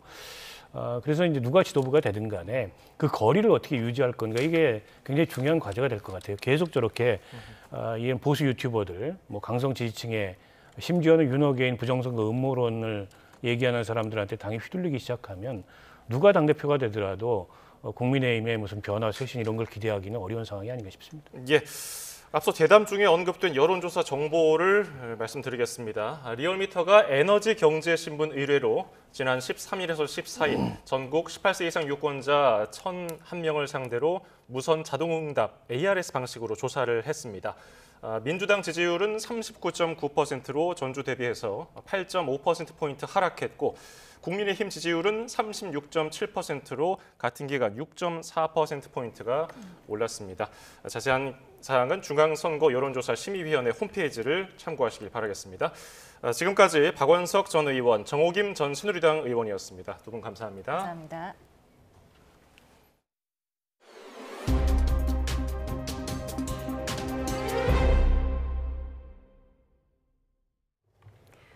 스웨덴에서 113년 된 유명 교회 건물을 통째로 옮기는 작업이 이틀간 진행돼 화제입니다. 무게 670톤의 건물이 200개가 넘는 바퀴가 달린 특수 차량에 실려서 천천히 움직이고 있는데요. 어떤 사연인지 김종욱 기자가 전합니다. 가로 세로 높이 각각 약 40m, 무게 672톤의 교회 건물. 바퀴 224개가 달린 특수차에 실려 천천히 움직입니다. 축복식을 마치고 이틀에 걸쳐 5km 떨어진 곳으로 이동하고 있습니다. 건물이 통째로 옮겨지는 장면을 보려 스웨덴 최북단 마을에 인파 수천 명이 몰렸습니다. I was very nervous for the church moving because, well, it's a big thing happening. I was worried that it was going to fall apart, but it didn't, so I'm very happy. 1912년 지어진 신고딕 양식의 이 교회는 2001년 국민 여론조사에서 1950년 이전에 지어진 건물 중 최고로 선정된 명물. 하지만 이 교회를 포함해 마을 전체가 오래된 터를 떠나게 됐습니다. 마을에 있는 세계 최대 규모 철광산을 지하로 넓히면서 집안이 불안정해져 산사태와 건물 붕괴 우려가 커졌기 때문입니다. The land where the church lays down right now is affected by our mining operations, so we have to move it. 지난달 건물 25채를 옮긴 데 이어 키루나 교회를 포함해 16채를 더 이전할 예정이고 교회는 내년 말 다시 문을 엽니다. 공영방송이 생중계까지 하는 이전 작업이 끝나면 새 보금자리에서 기념 공연이 열리고 칼 구스타프 16세 국왕도 방문할 예정입니다. YTN 김종욱입니다. 보름 넘게 지속된 스페인 폭염과 관련된 것으로 추정되는 사망자 수가 1,100명을 넘는 것으로 추산된다고 AFP 통신이 보도했습니다. 스페인 공공보건연구소에 따르면 지난 3일에서 18일 스페인에서는 폭염으로 1,149명이 숨졌습니다. 7월 한 달 동안 고온으로 인한 사망자도 1,060명으로 추산돼 지난해 같은 기간보다 57% 증가했습니다. 오늘 밤사이에도 열기가 식지 못하겠습니다. 밤사이 서울 등 많은 지역에서 25도 이상을 유지하며 밤더위가 계속되겠고 대부분 지역에 폭염특보가 발효 중인 가운데 내일 낮에는 서울 32도, 대전 34도, 광주 34도, 대구 35도까지 오르며 역시 폭염이 기승을 부리겠습니다. 내일도 내륙은 대체로 구름만 많겠습니다. 다만 중북부와 남부지방에는 한때 소나기가 지나는 곳이 있겠고 특히 전남과 경남에는 최고 60mm의 강한 소나기가 쏟아지는 곳이 있겠습니다. 또 제주도에는 오후까지 5에서 40mm의 비가 내리겠습니다. 남은 한 주도 밤낮 없는 더위가 계속될 전망입니다. 날씨 정보였습니다.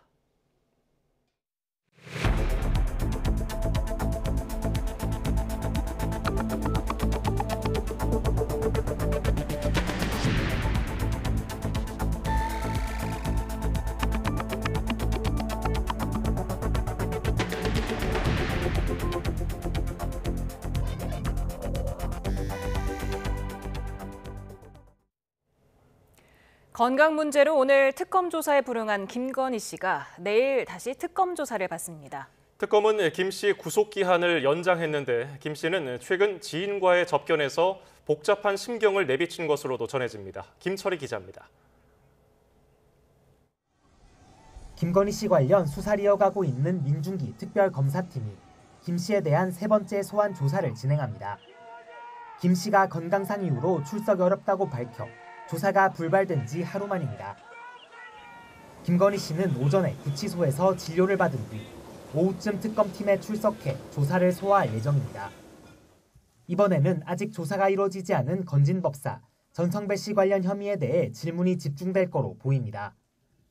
특검은 김 씨가 전 씨를 통해 통일교 현안 청탁과 함께 명품 가방과 다이아몬드 목걸이, 천수산 농축차 등을 건네받은 거로 의심하고 있습니다. 다만 김 씨가 주가 조작이나 공천 개입 관련 질문에 대해 대부분 진술을 거부해온 만큼 이번에도 적극적인 해명에는 나서지 않을 거란 관측이 우세합니다. 이런 가운데 김 씨가 접견으로 온 지인에게 죽음을 언급하며 복잡한 신병을 토로했다는 주장도 제기됐습니다. 자신이 죽어야 윤 전 대통령의 살 길이 열리지 않겠느냐는 건데 주변 인물에 대한 배신감도 함께 털어놨다고 해당 인사는 전했습니다. 이처럼 김 씨가 연일 신체적 정신적인 어려움을 호소하고 있지만 특검은 추가 조사가 불가피하다고 보고 구속기한을 오는 31일까지로 연장한 상태입니다. 특검팀은 남은 열흘여 동안 김 씨를 추가로 소환해 혐의를 다진 뒤 재판에 넘길 거로 보입니다. YTN 김철입니다. 윤석열 전 대통령 측이 김건희 특검팀의 체포영장 집행을 문제 삼으며 고발장을 냈습니다. 특검 수사의 부당함을 강조하려는 모양새인데 윤 전 대통령에게 민사적 책임까지 묻겠다는 시민들의 움직임은 더 커지고 있습니다. 신기혜 기자입니다. 윤석열 전 대통령 측이 김건희 특별검사팀의 두 번째 체포영장 집행을 문제 삼으며 고발했습니다. 고발 대상은 민중기 특검과 문홍주 특검보, 혐의는 불법 체포와 독직 폭행 등입니다. 지난 7일 이뤄진 두 번째 체포영장 집행에선 앞선 집행과 달리 물리력이 동원됐습니다. 하지만 윤 전 대통령의 강한 저항에 부딪혔고 결국 무산됐습니다.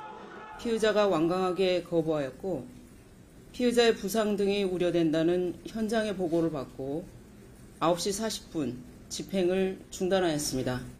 당시 변호인들은 거세게 반발하며 법적 대응을 예고했었습니다. 젊은 사람들이 10여 명이 달라붙어서 앉아있는 대통령을 양쪽에서 팔을 끼고 다리를 붙잡고 대통령이 땅바닥에 철석 바닥에 떨어지는 그런 사태까지 발생을 했습니다. 다만 실제 집행에 참여한 구치소 관계자들은 이번 고발 대상에서 빠졌습니다. 이런 가운데 윤 전 대통령을 상대로 한 손해배상 청구 소송은 계속되고 있습니다. 비상계엄을 선포한 윤 전 대통령이 원고 1인당 10만 원씩을 배상해줘야 한다는 1심 판결이 나온 뒤 부부를 상대로 한 소송이 제기되는가 하면 대통령 취임 전에 있었던 일들까지 문제 삼는 소송까지 등장했습니다. 윤 전 대통령의 재산을 가압류하려는 시도도 이뤄지고 있습니다. 윤 전 대통령이 특검 수사에 부당함을 강조하고 있지만 오히려 민사 책임까지 함께 물으려는 시민들의 움직임은 더욱 커지는 모양새입니다. YTN 신기혜입니다. 김건희 특검팀이 건진법사 청탁 의혹과 관련해 통일교 총재 전 비서실장을 다시 소환했습니다. 해당 의혹과 김건희 씨의 연결고리인 건진법사 전성배 씨는 내일 구속 갈림길에 섭니다. 안동준 기자입니다. 한학자 통일교 총재 비서실장이자 최상위 행정조직 부원장을 지낸 정모 씨가 특검의 피의자 신분으로 출석했습니다. 지난 8일 첫 특검 조사를 받은 이후 이번이 두 번째입니다. 통일교 내에서 2인자로 알려진 정 씨는 YTN 인수 등 교단 현안을 청탁하기 위해 김건희 씨에게 명품 가방 등을 건넨 의혹에 이른바 윗선으로 꼽힙니다. 이미 같은 의혹으로 구속된 윤영호 전 통일교 세계본부장은 윗선의 허가를 받은 일이라고 주장했는데 정 씨는 교단 차원의 개입 여부를 확인하기 위한 핵심 인물로 꼽힙니다. 정 씨는 얼마 전 통일교 내 모든 직에서 물러났는데 특검은 꼬리 자르기가 아닌지 의심하고 있습니다. 현안 청탁을 위한 통일교 측 선물을 김건희 씨에게 전달한 혐의를 받는 건진법사 전성배 씨는 구속 갈림길에 섰습니다. 전 씨는 지난 18일 첫 특검 조사에서도 통일교 측으로부터 청탁성 선물을 받았지만 김건희 씨에게 전달하지 않았다는 입장을 유지했습니다. 하지만 전 씨 진술이 일관되지 않을 뿐더러 사실관계와 다른 부분이 있다는 게 특검의 시각입니다. 전 씨는 수사가 시작된 이후 주거지를 여러 차례 옮겼는데 특검은 이를 바탕으로 구속심사에서 증거인멸과 도주 우려를 주장할 걸로 보입니다. 전 씨는 윤 전 본부장과 함께 재작년 국민의힘 당대표 선거에 교인들을 당원으로 가입시켜 개입했다는 의혹에도 핵심 인물로 꼽힙니다. 윤 전 본부장이 이미 구속된 만큼 특검이 전 씨 신병까지 확보하면 해당 의혹 수사에도 속도가 붙을 전망입니다. YTN 안동준입니다. 내란 특검이 모레 오전 9시 반 한덕수 전 총리를 추가로 불러 조사할 예정입니다. 박지영 특검보는 60에서 70% 정도 조사가 진행됐다며 추가로 조사해야 할 부분이 많다고 설명했습니다. 한 정 총리에게 구속영장을 청구할지를 두고는 조사 과정에서 어떤 태도를 보이는지에 따라 달라질 수 있다며 조사가 끝난 뒤 신병 처리 여부가 결정될 것 같다고 말했습니다. 최상병 특검팀이 증거물인 휴대전화를 부순 뒤에 버렸다는 의혹이 있는 이종호 전 블랙펄 인베스트먼트 대표를 구치소에서 접견했습니다. 특검팀은 오늘 오후 1시 30분 서울 구치소를 찾아 이 전 대표를 접견했습니다. 특검팀은 최근 이 전 대표가 측근인 A씨와 함께 서울 잠원 한강공원에서 자신이 쓰던 휴대전화를 부순 뒤에 버린 정황을 확인했습니다. 또 특검팀은 이 전 대표 행적이 담긴 A씨 일기장을 압수해서 변호사법 위반 혐의와 관련된 알리바이를 만들려 한 게 아닌지 들여다보고 있습니다. 최상병 특검은 A씨를 증거인멸 혐의로 입건하고 이 전 대표에게는 증거인멸 교사 혐의 적용을 검토하고 있습니다. 체코 원전 수주 과정에서 한수원과 한전이 미국 웨스팅하우스와 맺은 합의가 논란이 되고 있습니다.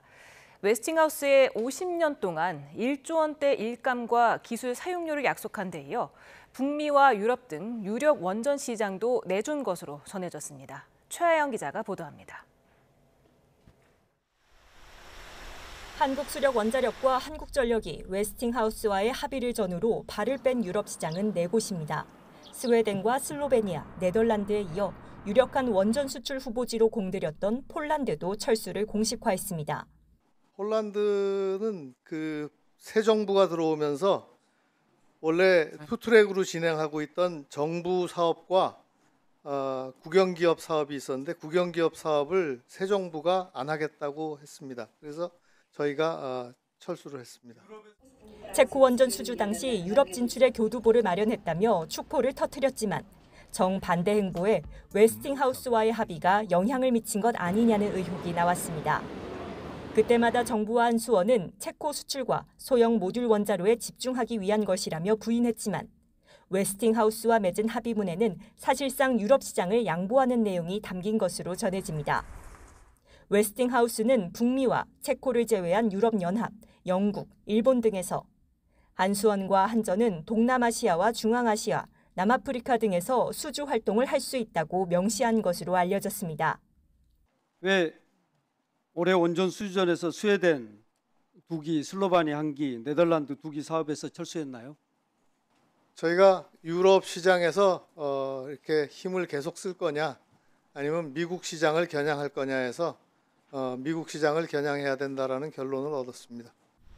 다만 황 사장의 말처럼 한수원은 웨스팅하우스와의 합의 과정에서 합작 투자 형식으로 미국 등 원전 시장에 진출하는 방안을 논의한 것으로 전해집니다. 이번 한미 정상회담에 맞춰 합의가 이루어질 전망으로 이렇게 되면 한수원은 미국뿐 아니라 유럽 등 다른 나라에 진출할 수 있는 기회를 얻을 것으로 보입니다. YTN 최하영입니다. 분단 이후 사상 전향을 거부하고 수십 년씩 복역했던 생존 비전향 장기수들이 죽어서는 고향 땅에 묻히고 싶다며 북한으로 송환을 요청했습니다. 우리 정부는 인도적 차원에서 검토하겠다는 입장이지만 남북 간의 소통이 끊겨서 뚜렷한 방법은 없는 상황입니다. 나혜인 기자가 보도합니다.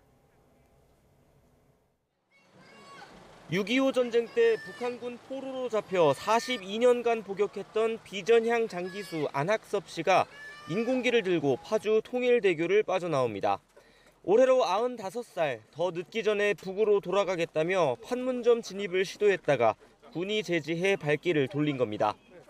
이념, 내 생활 행동에 대한 기초가 북이기 때문에 고향으로 가고 싶은 데까지 참을 수 없이 그랬더라고요. 세계 최장 비전향 장기수로 알려진 안 씨는 냉전 시절 사상을 바꾸지 않았다는 이유로 고문에 시달렸습니다. 2000년 첫 남북 정상회담을 계기로 함께 옥살이했던 60여 명이 북한으로 돌아갔지만 그땐 미군의 한반도 철수를 위해 싸우겠다며 잔류를 택했습니다. 이젠 전쟁 포로의 송환 권리를 보장하는 국제협약에 따라 여생이라도 원하는 곳에서 보내게 해달라고 요구하고 있습니다. 나는 경향성을 쓰지 않았다는 이유로 온갖 수고와 고문, 폭력으로 치욕과 고통을 나날을 견뎌냈습니다. 안 씨처럼 북송을 요청한 고령의 비전향 장기수는 모두 6명. 정부는 인도적 차원에서 다양한 방안을 검토하겠다고 했지만 북한의 호응 없이 이들의 요구가 받아들여지긴 어려운 상황입니다. 비전향 장기수와 함께 북한이 존재 자체를 부인하고 있는 국군 포로나 납북자 송환 문제 등도 다시 거론되고 있습니다. 일부 납북자 가족이 최근 정동영 통일부 장관을 만나 생사 확인이라도 해달라고 호소한 데 이어 인권단체들은 북한에 억류된 우리 국민 송환에 적극적으로 나서달라며 대통령 직속 전담기구 설치를 촉구했습니다. YTN 나인입니다. 지난 2022년 이태원 참사 당시 구조 작업에 참여했던 30대 소방대원이 실종 열흘 만에 숨진 채 발견됐습니다. 이 소방관은 참사 이후 심적으로 힘들어하며 관련 치료도 10번 넘게 받았던 것으로 파악됐습니다. 이현정 기자가 보도합니다. 30대 소방관 A씨가 경기 시흥에서 숨진 채 발견됐습니다. 지난 10일 새벽 남인천 요금소 근처에 차량과 휴대전화를 버리고 자취를 감춘 지 열흘 만입니다. 경찰과 소방당국은 CCTV 등을 바탕으로 수색을 벌여왔는데 A씨는 차에서 내린 뒤 계속 걸어서 이동했던 것으로 파악됐습니다. 소방관은 차량을 세워둔 곳에서 직선 거리로 7km 정도 떨어진 이곳 교각 아래에서 발견됐습니다. 경찰은 범죄 혐의점이 없는 것으로 보고 있습니다. A씨는 지난 2022년 159명이 숨진 이태원 참사 현장에서 구조 활동에 참여했습니다. 이후 모두 12차례 긴급 심리 상담과 관련 치료를 받았는데 앞서 A씨 동생은 YTN에 형이 오랫동안 우울증으로 힘들어했다고 전했습니다. A씨는 참사 직후 한 언론 인터뷰에서 진짜가 아니었으면 좋겠다며 희생자 부모들을 걱정하기도 했습니다. 이태원 참사 유가족협의회는 애도의 뜻을 전하며 희생자 구조에 헌신했던 소방관들의 치유와 회복을 위한 적극적인 조치를 촉구했습니다. YTN 이현정입니다. 많은 소방관이 참혹한 현장에 출동한 뒤 우울증이나 외상 후 스트레스 장애 등을 겪는 것으로 나타났습니다. 자살 위험군이 3천여 명이나 된다는 소방청 조사 결과도 나왔는데요. 더욱 적극적인 지원이 필요하다는 지적입니다. 양동훈 기자입니다. 이번에 숨진 채 발견된 소방관 A씨는 지난 2022년 이태원 참사 현장에서 구조 활동을 한 뒤 우울증에 시달려왔습니다. A씨뿐 아니라 소방관들은 참사나 사고 현장에 자주 투입될 수밖에 없는데 현장에서 경험한 기억이 떠올라 괴로움을 겪는 경우가 많습니다. 노인분이 아무 소식 없이 사망하셨다든지 이런 경우에 가게 되면은 현장이 많이 부패돼 있어요. 그런 부분들도 구급대원들한테는 크게 다가오죠. 지난해 소방공무원 마음건강 설문조사 결과를 보면 참여한 6만여 명 중 5.2%에 달하는 3,100여 명이 자살 위험군에 속하는 것으로 나왔고 외상 후 스트레스 증후군과 우울증을 겪는 경우도 각각 7.2%, 6.5%로 나타났습니다. 소방당국도 소방대원들의 마음 건강을 챙기기 위해 찾아가는 상담실을 도입하는 등 다양한 지원 방향을 고민하고 있지만 아직 부족한 부분이 있다는 지적도 나옵니다. 심리 상담이나 치료에 대한 접근성이 여전히 좋지 않고 스스로가 꺼리는 경우도 있다는 겁니다. 죄책감 때문에 한동안 심리 치료도 못 받고 있었어요. 특히나 구조대원 같은 경우는 또 나약하게 생각을 하게 되니까 또 심리 치료를 잘 받지 않는 경향도 있고요. 전문가들은 관련 교육을 이수한 동료 상담 스페셜리스트를 육성해 서로의 마음을 돌보고 지키게 할 필요가 있다고 제언합니다. 대부분 근데 첫 시작을 잘 못하세요. 훈련받은 소방관들한테 이걸 털어놓게 하는 거죠. 이게 접근성을 높이는 데 굉장히 도움이 된다고 보고되고 있고요. 시민의 생명과 안전을 지키는 소방대원들이 자신의 안전도 함께 돌볼 수 있도록 더욱 적극적이고 충분한 지원이 이루어져야 한다는 지적입니다. YTN 양동훈입니다. 이재명 대통령에 이어서 김민석 국무총리까지 꼼꼼한 검찰 개혁을 주문하자 정치권 안팎에서는 검찰 개혁 속도 조절론에 힘이 실리는 모습입니다. 당정이 검찰 개혁 입법 시기, 즉 속도를 놓고 온도차를 보이고 있는 가운데 여권 내부에서도 이견이 표출되고 있습니다. 황보혜경 기자입니다. 경북 경주를 찾아 현장 최고위원회의를 주재한 더불어민주당 정청래 대표. 검찰 해체는 검찰 스스로 하고 있는 것 같다며 검찰에 대한 비판 수위를 높였습니다. 검찰이 건진법사 수사 과정에서 돈다발 핵심 증거를 분실한 사건을 콕 집어 검찰개혁 필요성을 재차 강조한 겁니다. 실무자 실수로 잃어버렸다는 말인데 정말 믿어지지 않습니다. 검찰 스스로 검찰에게 압수수색하고 수갑을 스스로 채우시기 바랍니다. 하지만 최근 검찰개혁 속도를 놓고 신중론 메시지가 잇따르고 있습니다. 앞서 이재명 대통령이 쟁점 사안과 관련해 속도를 내되 졸속은 안 된다고 강조한 데 이어 김민석 국무총리도 검찰개혁은 정당 간 충분한 조율 시간을 가져야 한다고 당부했습니다. 강훈식 대통령 비서실장 역시 검찰개혁을 신중하고 꼼꼼하게 해야 한다고 밝혔습니다. 이에 대해 민주당은 내실을 다져야 한다는 취지일 뿐 개혁의 후퇴는 없다고 선을 긋고 있습니다. 그러면서 검찰개혁을 포함한 3대 개혁 과제를 9월 정기국회에서 반드시 처리하겠다는 목표도 재확인했습니다. 그러나 내부에선 의견이 분분한 모습도 확인됩니다. 원내 지도부가 정 대표의 추석 전 검찰개혁 입법 완료는 정치적 메시지란 해석을 내놓으면서 엇박자 논란이 나오고 있는 겁니다.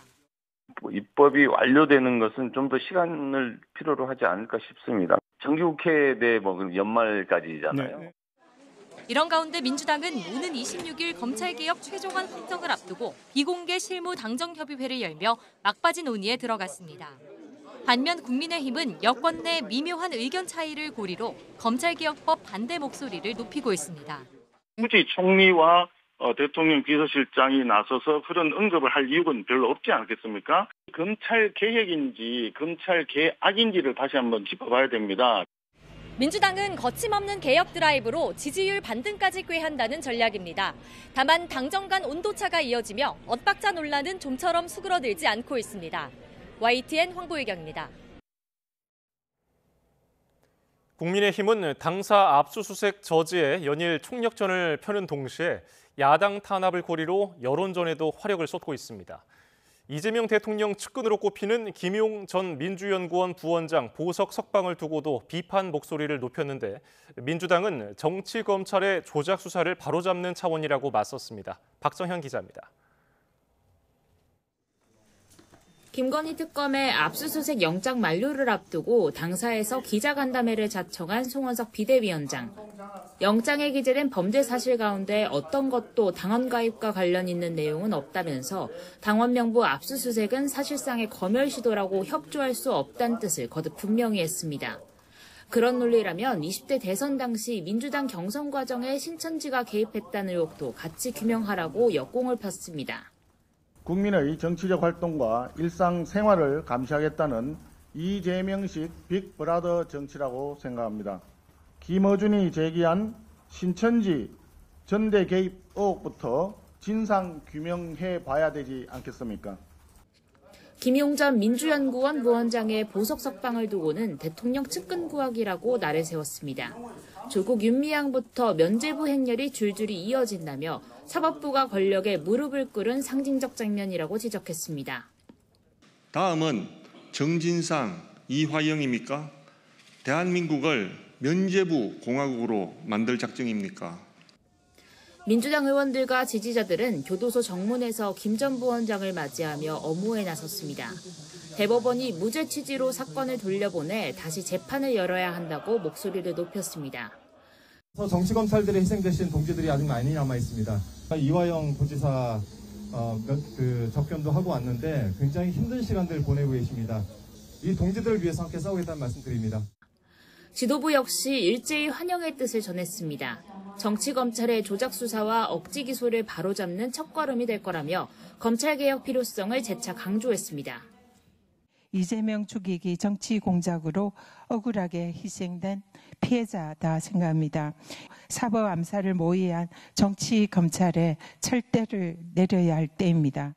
전당대회를 코앞에 둔 국민의힘이 야당 탄압 등을 고리로 대여 공세 수위를 최고조로 높이면서 얼어붙은 전국 상황이 당분간 풀리기 쉽지 않을 거란 전망이 나옵니다. YTN 박정현입니다. 내일부터 시작되는 8월 임시국회 본회의에는 노란봉투법 등 더불어민주당이 주도하는 쟁점 법안들이 차례로 상정될 예정입니다. 여야는 치열한 공방을 예고하며 상임위 회의에서부터 강하게 충돌했습니다. 강민경 기자입니다. 8월 국회 본회의 하루 전에 열린 국회 환경노동위원회 전체 회의. 국민의힘은 때를 놓칠세라 본회의 상정을 앞둔 노조법 2, 3조 개정안, 이른바 노란봉투법을 테이블 위에 올렸습니다. 반향이 큰 법안을 수기 없이 강행하려 한다며 여당의 입법 독주 프레임을 부각하고 나선 겁니다. 지금 민주당에서는 다수당이라는 그런 부분에서 막무가내로 밀어붙였지 않습니까, 지금? 지도부도 노란봉투법은 반경제 악법이라며 지원 사격에 나섰습니다. 함께 상정하는 상법과 방송 입법도 싸잡아 비판하며 소수 야당의 유일한 저항수단 필리버스터로 맞서겠다는 계획을 재확인했습니다. 방송장악법과 반경제 악법에 대해서 끝까지 필리버스터로 대응하도록 하겠습니다. 물론 압도적 의석수의 민주당은 기다릴 만큼 기다렸다며 강행 처리 방침을 굽히지 않고 있습니다.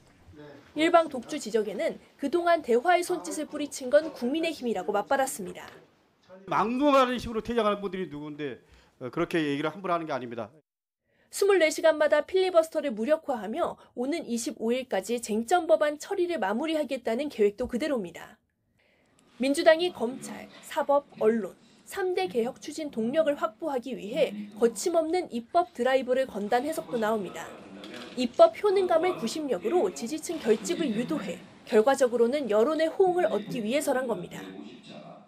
그리고 이 나라를 정상화시키는 과정을 국민들께 보여드리는 게 결국 지지도를 상승시키는 일이다. 하지만 민주당의 의도와 정반대로 일방 독주 이미지가 더 강해질 수 있는 위험도 분명 존재합니다. 국민의힘이 벼르고 있는 지점이기도 한데 본회의가 열리는 기간 야당의 여론전을 얼마나 잘 막아낼 수 있을지가 지지율 회복에 성패를 가를 걸로 보입니다. YTN 강민경입니다. 국민의힘 전당대회를 앞두고 당원 투표와 국민 여론조사가 시작된 오늘 당권 주자들은 막판 표심 공략에 나섰습니다. 김문수 후보는 특검의 압수수색에 반발해서 8일째 당사 농성을 이어가며 국민 주권과 당원 주권으로 이재명의 폭주를 반드시 멈춰야 한다고 강조했습니다. 장동혁 후보는 정부와 여당에 대한 수사와 재판은 한없이 무뎌지는데 전임 정부와 야당에 대한 특검은 갈수록 서슬퍼런 칼날을 들이대고 있다며 용산 대통령실 앞에서 1인 시위를 이어갔습니다. 안철수 후보는 기자회견을 열고 말 바꾸기로 일관하며 과거에 머물러 있는 김 후보나 윤 어게인을 추종하며 극단 세력을 공천하겠다고 하는 장 후보 대신 본인을 뽑아달라고 투표를 독려했습니다. 조경태 후보는 YTN 라디오 인터뷰에서 자신은 극우 세력에 아부해서 표를 얻을 생각은 없다며 합리적 온건 보수와 중도층이 돌아올 때 비로소 보수의 대통합이 이루어진다고 지지를 호소했습니다. 다음 달 3일 중국 베이징에서 열리는 전승절 행사에 우원식 국회의장이 공식 초청을 받았습니다. 우 의장은 오늘 국회의장 집무실에서 다이빙 주한 중국 대사를 접견했습니다. 의장실은 비공개 접견 이후 우 의장이 전승절 행사에 공식 초청을 받았다면서 참석 여부 등은 결론이 나오는 대로 공지하겠다고 밝혔습니다. 사상자 7명이 발생한 경북 청도 열차 사고와 관련해 경찰이 합동 감식을 벌이고 본격 수사에 들어갔습니다. 작업자들의 이동 경로와 코레일과 업체의 안전 대책이 적절히 마련됐는지 집중적으로 살필 예정입니다. 이윤재 기자가 보도합니다. 경북 청도군을 관통하는 경부선 철로입니다. 안전관리 작업자 7명이 하행선 철로에서 줄지어 걸어갑니다. 무궁화호 열차 사고가 발생하기 전 점검 대상인 비탈면을 향해 이동하는 모습입니다. 작업자들은 선로 밖에서 이동하고 작업하는 상례 작업으로 인가받고 투입됐지만 현장은 달랐던 겁니다. 점검 용역은 위험 지역 2m 바깥에서 이루어지는 상례 작업으로 인해서 열차 운행 선상에서 작업을 시행하는 작업이었습니다. 전담 수사팀을 꾸린 경찰은 합동 감식으로 사실 확인에 들어갔습니다. 열차 운행을 1시간 동안 멈추고 이뤄진 감식에선 정확한 사고 위치와 이동 경로, 경보장치 작동 여부 등을 집중적으로 점검했습니다. 코레일이 협력업체에 안전점검을 맡기고 작업에 투입하는 과정에 업무 세부 규칙을 지켰는지도 수사 대상입니다. 경찰은 또 건강을 회복한 작업자 진술 조사를 시작했고 기관사 조사도 준비하는 등 사실 규명에 속도를 내고 있습니다. 사고 위치, 또 그 상황, 형상, 또 사고자들이 어떤 쪽으로 이렇게 피해가 있었는지 등등 그 사안을 명백하게 하기 위해서 오늘 관계기관하고 합동 감식을 했습니다. 숨진 협력업체 직원의 빈소는 침통한 분위기 속에 조문객 발길이 이어졌습니다. 정부와 정치권 인사의 잇따르는 조문 속에 유가족은 울분을 터뜨리며 수사를 촉구했습니다. 선로나 어디 작업을 하면 다 알지 않습니까? 그 관계 기관에서는 그죠? 몇 시 어디 작업한다는 그런 거는 그렇잖아요. 그런 거 기본적으로 다 알잖아요, 그죠? 경찰에 이어 검찰도 전담팀을 꾸렸고 정치권도 눈여겨보는 가운데 사고 원인을 밝힐 수사에 관심이 쏠리고 있습니다. YTN 이윤재입니다. 이번 경북 청도 열차 사고 6년 전에도 경남 밀양에서 비슷한 사고가 있었습니다. 열차가 선로를 보수하던 노동자들을 덮친 건데요. 같은 사고가 반복됐다는 점에서 코레일의 안일한 대응이 도마에 올랐습니다. 허성준 기자가 보도합니다. 지난 2019년 경남 밀양에서 안타까운 사고가 발생했습니다. 밀양역으로 들어오던 새마을호 열차가 선로 보수 작업에 나섰던 노동자 3명을 덮친 겁니다. 이 사고로 1명이 숨지고 2명이 크게 다쳤습니다. 열차 접근을 무선으로 알리는 신호원이 있었지만 사고를 막지 못했습니다. 작업 인부들이 옆으로 이렇게 서서 비켜가지고 딱 붙어 서갖고 이렇게 있더라고요. 그 기계 소리가 따다다다다닥 하니까 위에서 열차가 오도 이 사람들이 감지를 못하는 그런 상황이더라고요. 밀양역 사고 후 코레일은 침목 교환이나 자갈 다지기 등 선로 2m 안에서 작업할 때 열차 운행을 중단하도록 규정을 강화했습니다. 하지만 2m 밖 작업은 여전히 열차 운행과 상관없이 이뤄져 왔습니다. 이번 사고 역시 운행 차단이 이뤄지지 않은 상태에서 노동자들이 작업 현장으로 이동하다 변을 당했습니다. 전국 철도 노동조합은 이번 사고가 예견된 인재라며 총체적인 안전점검을 진행해야 한다고 주장했습니다. 매번 사고가 날 때마다 땜질식 처방에 머물러 유사한 사고가 반복된다며 구조적이고 시스템적 원인을 밝혀야 제2의 제3의 사고를 막을 수 있다고 강조했습니다. 이와 관련해 코레일이 공기업 경영평가에 부정적인 영향을 우려해 안전조치를 과감하게 시행하지 못한다는 지적도 제기됐습니다. 전문가들은 선로 작업 시 열차 운행을 모두 중단하는 등 관련 법규정을 작업자 안전 위주로 개정해야 사고를 예방할 수 있다고 지적합니다. YTN 허성준입니다. 김영훈 노동부 장관은 경북 청도 열차 사고와 관련해 국토부 장관을 중대재해처벌법상 책임을 지는 경영 책임자로 볼 수 없다고 말했습니다. 김 장관은 오늘 국회 환노위 회의에서 코레일 지분을 정부가 갖고 있으니 국토부 장관에게 책임을 물을 수 있는 것 아니냐는 국민의힘 의원 주장에 국토부는 경영 책임자가 아니라 감독기관이라고 답했습니다.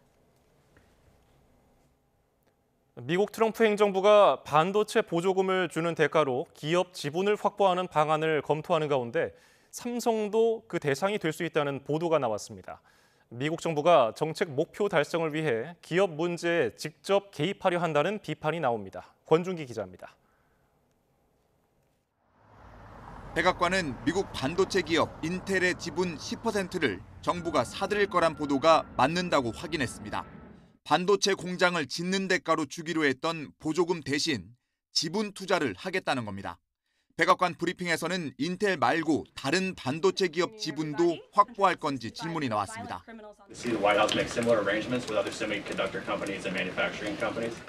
As for this 10% government stake deal, the Department of Commerce continues to work on it. I know Secretary Lutnick is working on it and ironing out the details. 로이터 통신은 트럼프 행정부가 미국에 공장을 짓는 다른 반도체 기업의 지분 인수도 검토 중이라고 보도했습니다. 타이완의 TSMC와 미국 마이크론, 한국의 삼성전자가 여기에 해당한다는 겁니다. 전임 바이든 행정부에서 이들 기업에 지급하기로 했던 반도체 지원금은 각각 6조 원에서 9조 원대에 달합니다. 러트닉 상무장관은 부유한 기업에 보조금을 줄 이유가 없다며 지분 투자를 통해 미국 납세자를 위한 이익을 얻을 것이라고 말했습니다. 경영에 개입할 뜻은 없다고 선을 그었지만 시장 경제에 역행한다는 비판이 나오고 있습니다.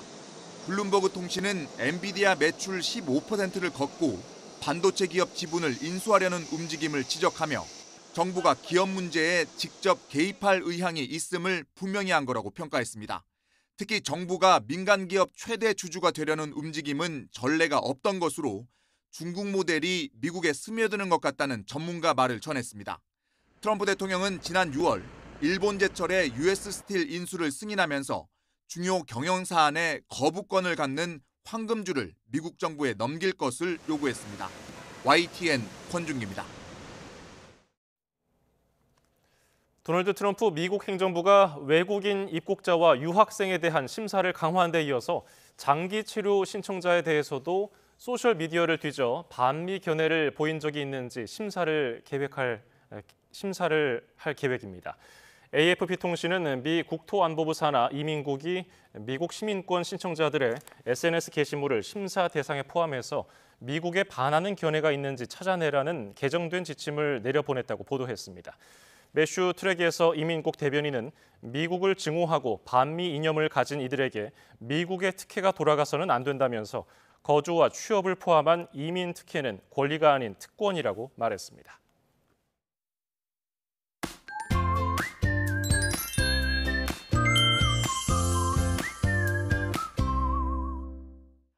더위의 기세가 꺾일 줄 모르고 있습니다. 네, 이에 따라 폭염특보도 점점 강화되고 있어서 대비 더욱 잘해주셔야겠는데요.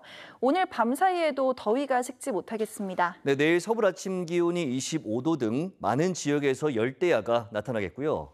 한낮에는 서울 기온이 32도, 강릉 35도, 광주 34도, 대구 35도까지 오르면서 날이 무척 덥겠습니다.